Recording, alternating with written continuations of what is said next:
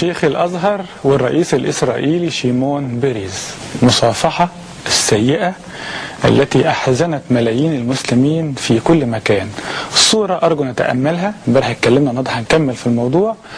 يعني في أكتر من شكل للسلام، لكن ده فيه حميمية، مودة، دفء، ابتسامة، وربما انبهار. شيخ الأزهر معجب بالشخص اللي قدامه على ما تبدو في الصورة، وطبعا ماسك فيه بإيديه الاثنين. الصورة التي أغضبت ملايين المشاهدين والقراء في العالم العربي والإسلامي. احنا درجات السلام مختلفة. ممكن تسلم على واحد كده، مش لازم تمد ايدك، ممكن تعليها شوية كده، يعني ضربة كده وخلاص وتمشي. وممكن تاخد سلام سريع، أهلا، وما تبصش في وشه كجزء من الاحتقار ليه. مضطر تسلم عليه فتسلم كده وانت وشك كده مش طايقه. وفي انك مضطر تسلم وتقول اهلا وكده وشك ايه قافل وجامد، لانه ما يستحقش تبتسم في وشه، كفايه عليه السلام. وفي بقى تبتسم، وفي بقى تسلم عليه بحراره بقى وتهز طالع نازل كده في السلام. اقصى درجات السلام اللي عملها الشيخ الازهر مع شيمون بيريز، اللي هو تسلم كده فهو يمد ايده، فبايدك التانية كمان تبقى ايد كده وايد التانية كده، حميمية، بكلتا يديك بتسلم على الشخص اللي قدامك. وده اللي حاصل في الصورة اللي قدامنا. تمنيت وتمنى الملايين ان تكون الصورة دي ملفقة وخطأ، وان الامام الاكبر لم يتورط في هذه الصورة المشينة. لكن النهاردة كما نشرت الدستور ابراهيم الطيب، الشيخ عبد النبي فراج رئيس مكتب شيخ الازهر قال ان الصورة صحيحة، لا ملفقة ولا مضروبة، الصورة مظبوطة. وقال ان الظروف بتاعتها ان بان كي مون اللي هو سكرتير عام الامم المتحدة، الصورة دي اثناء مؤتمر حوار الاديان اللي في نيويورك كلمناكم عنه قبل كده. فمين عمل عزومة؟ بان كي مون اللي هو سكرتير عام الامم المتحدة، عمل الناس الموجودين في العزومة ديت. ده كلام رئيس مكتب شيخ الازهر. جم ناس كتير يسلموا على شيخ الازهر، من بين اللي جم يسلموا على شيخ الازهر شيمون بيريز.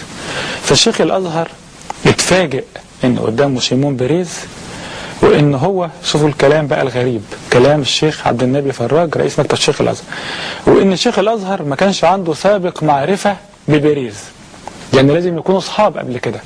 هو حد قال لحضرتك او فضيلتك احنا قلنا ان هم مولودين في محافظة واحدة او لهم سابق معرفة ببعض؟ وبعدين بيقول الامر استغرق ثواني، الكارثة ثواني، الحرب ثواني، الجريمة ثواني، الطوارئ ثواني، التاريخ ثواني. حضرتك بتقلل من المشهد لانه استغرق ثواني، لان نقعد مسلمين نص ساعة علشان فضيلتك تهتز لهذه التحية وهذا السلام. وبعدين بيقول ان الضجة ديت جات بدون معرفة للظروف دي، الظروف اللي احنا قلناها اللي هي الظروف العزومة، عشاء، وشيخ الازهر واقف فجاله رئيس اسرائيل، تفاجئ. قلنا قبل كده مليون مرة شيخ الازهر لازم يكون جنبه مستشار سياسي، لازم يقول له ان في واحد اسمه شيمون بيريز رئيس اسرائيل موجود في القاعة. احنا لما يكون حد موجود في فرح او حتى في عزاء مش عايز يسلم على حد، بيبذل جهده انه يتفاداه، تحضر المناسبة وتتفادى السلام. فلو في مجموعة اعز اصحابك فيهم ما تسلمش عليه عشان ما تسلمش على اللي جنبه، ده الف ب، ده في الكلام الفارغ، ده في الهزار. انما لما يكون الامام الاكبر رمز الاسلام في العالم كله وقدامه رئيس اسرائيل في ظل الكارثة التي تجري في غزة وفي المسجد الاقصى، قلنا قبل كده القبة اللي بيعملوها عشان تضرب القبة ووضع المأساوي للفلسطينيين، فانا ما اعتقدش المفروض شيخ الازهر قاعد كده مطمن ان اي حد جاي يسلم حبيب، وان مش ممكن ان في عدو يخترق ويسلم. الحاجة التانية، شيخ الازهر بكرة في جريدة بكرة، انا مندهش لاسلوب شيخ الازهر في الحوار، فبيقول في جريدة بكرة ان هو مستاء مننا من الصحفيين والاعلاميين لان ديت محاولة لتشويه دور الازهر. احنا اللي بنشوه الامام الاكبر في السلام ده، ولما نقول ان ده غلط لا يجوز بقى احنا اللي بنشوه صورة شيخ الازهر ومشيخة الازهر. وبعدين بيقول فضيلته بكرة، بيقول لا اعرف شكل بيريز، ما سلمت ازاي بالحرارة دي؟ واحد كده جاي معدي وانت الإمام الأكبر تسلم بهذه الحرارة؟